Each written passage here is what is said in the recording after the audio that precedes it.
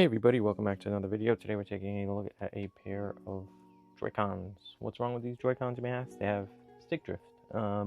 Luckily, for the repair of these, today's sponsor, K-Silver, sent me a few of their new TMR JS19, I believe they are. So these are drop-in replacements. You've seen me do Joy-Cons once before, I think. I don't like switches, so I don't do switch stuff often, but these should be drop-in replacements for these. So I guess the plan today is we'll take these apart, we'll install those, we'll calibrate them. I think we need to calibrate them. They might be different than calibrating PS5, 4, Xbox One and Series controllers. Maybe they don't need calibration, and hopefully it'll all come out working because me and switches don't go well together. But yeah, that's the plan. So I'll set you guys up. We'll take one apart just to show you how it's done, and then it's easy to replicate it on the other side, just in a different orientation because this is top and this is bottom. But yeah, that's the plan. So I'll set you guys up, we'll take it apart, we'll swap it out, and hopefully we'll be good to go. So let's do that. So it's been a while since I've done one of these bad boys, but I think they're for Y tip screws we need to remove. I think it kind of like pops off, so you need one of these fancy little, it's not fancy, but it's not a Phillips head, it's a Y, I think it's a Y tip or a tri-wing. I'll leave a link to this bit, but you need one of these, and I believe it opens up like a book, so you should be able to just I haven't done, yeah, see, there we go. Kind of got to be careful because when you open this bad boy, there should be a things connected, yeah, so you gotta be careful because you have two connectors here, one for the Joy-Con rail, so there's a little connector down there and probably one under the battery that we gotta remove.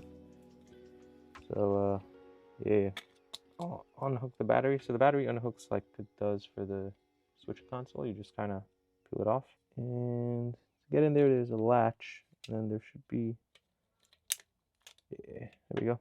There should be a bunch of screws. There are 4 Phillips head screws that we need to remove, so that's what we'll do now. I think if we take off this one, that will take off this. And there's one more hidden screw. One hidden screw right in that corner.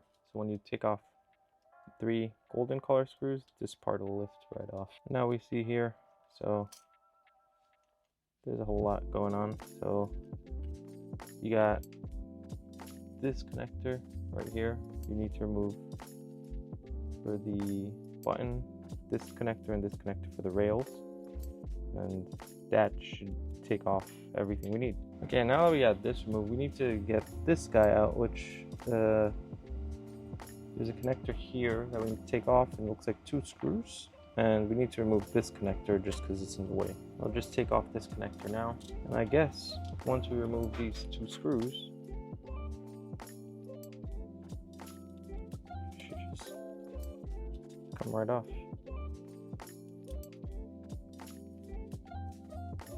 Ah, yeah, look, there it is. Put this aside for now. This is a replacement one, so it's literally a 1-to-1 copy. When I say copy, what I mean is it looks exactly the same, it'll fit in. This could be because this is an original Joy-Con, but this one just feels slightly softer, probably wearing in time, but as you see, it's like a literal physically looking, if I can focus on it, it's a literal 1-to-1 copy. So we'll just slot this in, plug it back in, and it should theoretically just work.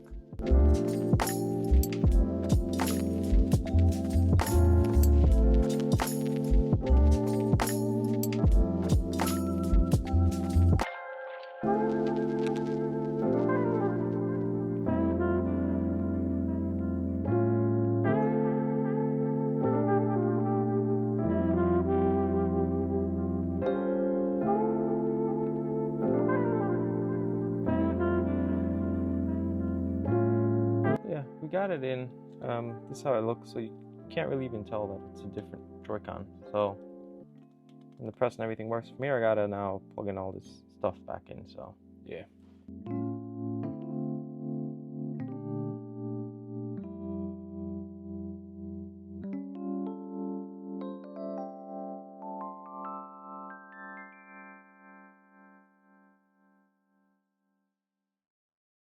Okay, so I think there are 3 connectors left, right? This one, and that one down there. And then we can plug back in the battery and hopefully it'll all work. I'm just trying to see what's the best method here for doing this. So this went on like so, and then this came around. So I think this one goes like this and folds around. So I'll probably put back in the middle piece first and then do the other piece.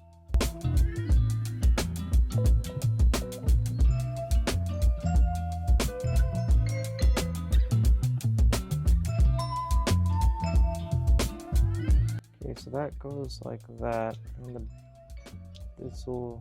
I'm just trying to get it all back together properly. So that goes like that.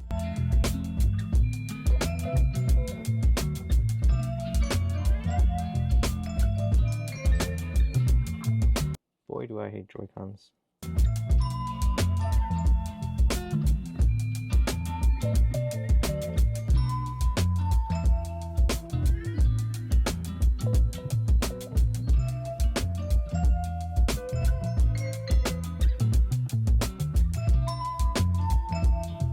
Okay, now I can fold this guy in like so.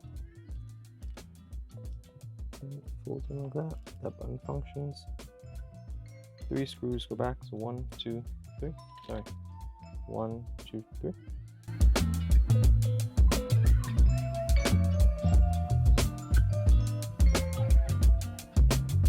And battery goes back in. If we put the shell back together, we do have lights, which is good.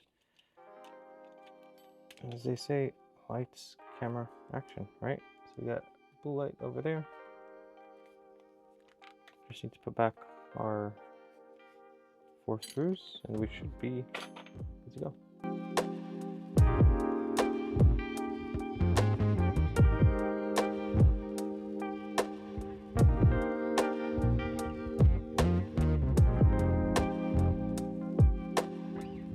And here we go, all put back together.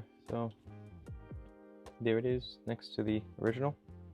Like I said, it feels ever so slightly different, but the actual build is more or less a 1-to-1. As you can see, no difference. So we'll put it back in the console and see what happens. All right, so if you guys haven't seen it, this is the Switch OLED Pro. This was the one I made, I don't know, like last year, I think it was. With the 8 gigs of RAM, 512 gig eMMC, and all that fun stuff. You can check out that video if you want to see how I did that. If we plug the Joy-Con in, we should get the snap. And I believe if we go into system settings, if it needs to be, what do you call it, calibrated, there should be in controllers and sensors. If we go down, there should be a calibrate stick and calibrate control sticks. And let's say if we wanted to do that, we can just kind of go around in a circle. You can see it's ever so slightly. And if we press X, we can calibrate it, I believe, or calibrate if there's a problem. So press OK, release, release, release, release, and there we go.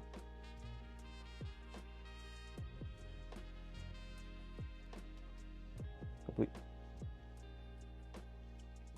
There we go. Perfectly centered. First shot. So yeah, that's what it's like using these brand new JS19 Joy-Con TMR joystick replacements. If you want to get them, I'll leave a link to the eBay listing, Amazon listing, AliExpress, and Alibaba maybe, if you're looking to buy them in bulk. And yeah, that was the installation. It's not too bad. If you're used to doing switches, it'll probably take you like 10 minutes. For me, it took a little bit longer because I fumble my way around fitting it in. It's kind of annoying doing it since it's kind of like a little book. Like I mentioned, this is the new one. This is the old one. So yeah, you know, TMR is always useful because they don't go bad. Easy calibration as opposed to the analog parts. You know, there's longer lifespan, or so they say. Less battery consumption. Don't know if that's true or not. You'll have to put it through your own tests. Yeah. Thanks for watching. As always, like, comment, subscribe. It's always useful, and I'll see you guys in the next one, whatever that may be.